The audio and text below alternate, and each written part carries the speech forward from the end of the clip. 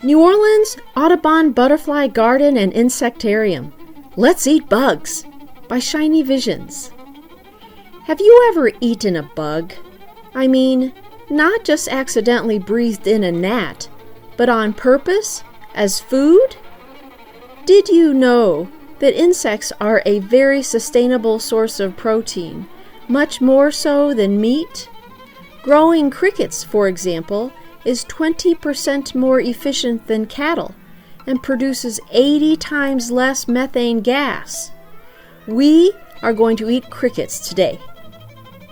It was fortunate that we visited the Audubon Butterfly Garden and Insectarium in 2020 because it's now closed, partly because of lost revenue from the pandemic and partly due to its upcoming relocation and reopening as an added exhibit at the New Orleans Audubon Aquarium.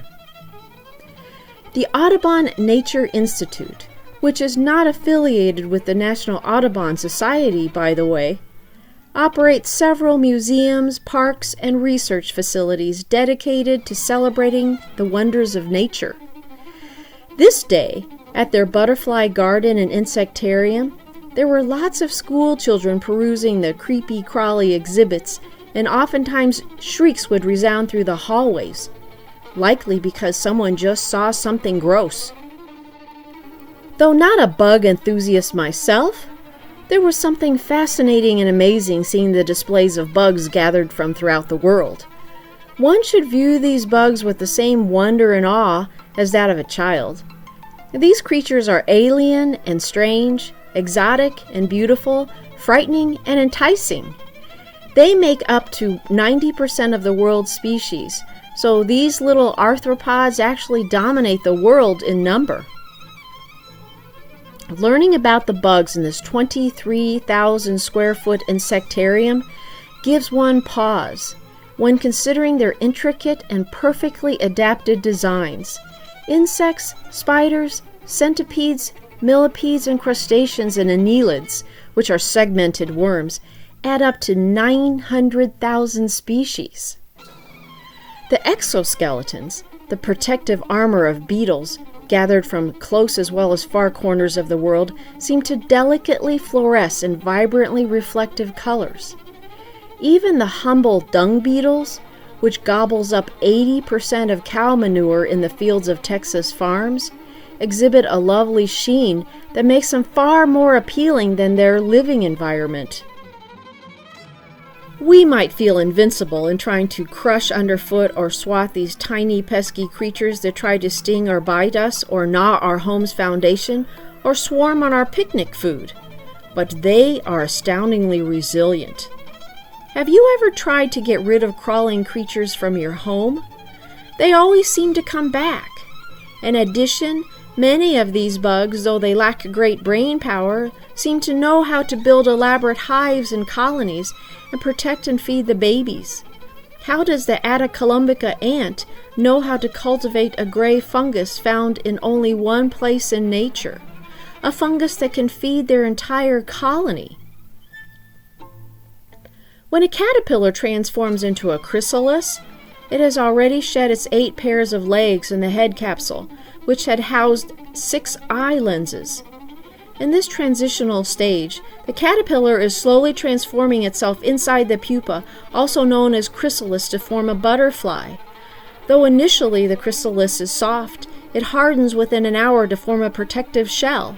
Inside the chrysalis or pupa, the caterpillar radically converts its body and starts developing its colorful wings, long antennae, compound eyes, and long legs. This conversion takes around 7 to 10 days on average before it moves to its final stage and prepares to fly. This display at the Insectarium, you watch the final stages of its development and watch the butterflies struggle out of their tight confines. In the warm and humid environment of the butterfly garden, butterflies freely flit around unconcerned by your presence. They flutter around, landing on flowers and plants and sometimes on people. That's why workers check you before leaving the garden, to make sure no butterflies have surreptitiously landed on you as their means for escape. In the framed wall displays, it is amazing to see the various color and patterns of butterfly wings. Each wing is a delicate and artistically created mosaic of hues designed to blend into their various environments during their short lifetimes. Finally, we reach the most looked forward to or dreaded part of the insectarium, depending on your viewpoint, the bug buffet. Of course, you can't leave without trying these delicacies. After all, bugs may someday become our main protein source. The main bugs on the menu that day were crickets and mealworms. Dig in, it's a buffet. So first was the Mardi Gras traditional king cake with a cinnamon cricket filling. One thing about these offerings, the ratio of regular food to bug is very high, and honestly, you can hardly sense there is anything unusual about them. I only found myself picking my teeth afterwards. It was those hard cricket shells. Then there were the mealworms, so highly flavored also that you can't really taste them. All I can say was they were crispy with a slight chew. All the flavorings for the bugs were delicious, however. It's obvious that this insectarium is a standard school field trip destination, and understandably so. What a great place to immerse yourself into the world of bugs.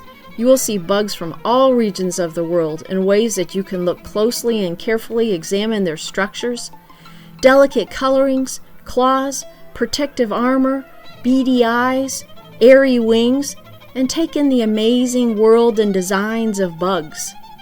They can do important jobs such as eat dung, build hives, collect and store food, and take care of their next generation, eat other bugs, as well as pollinate our food and flowers. They can also spread disease and release poison. The Audubon Butterfly Garden and Insectarium is a tribute to bugs.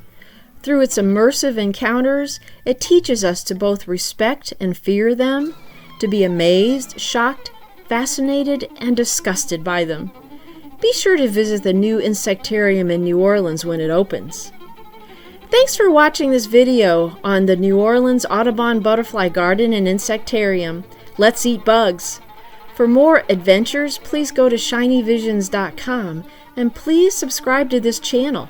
This is Shiny Visions.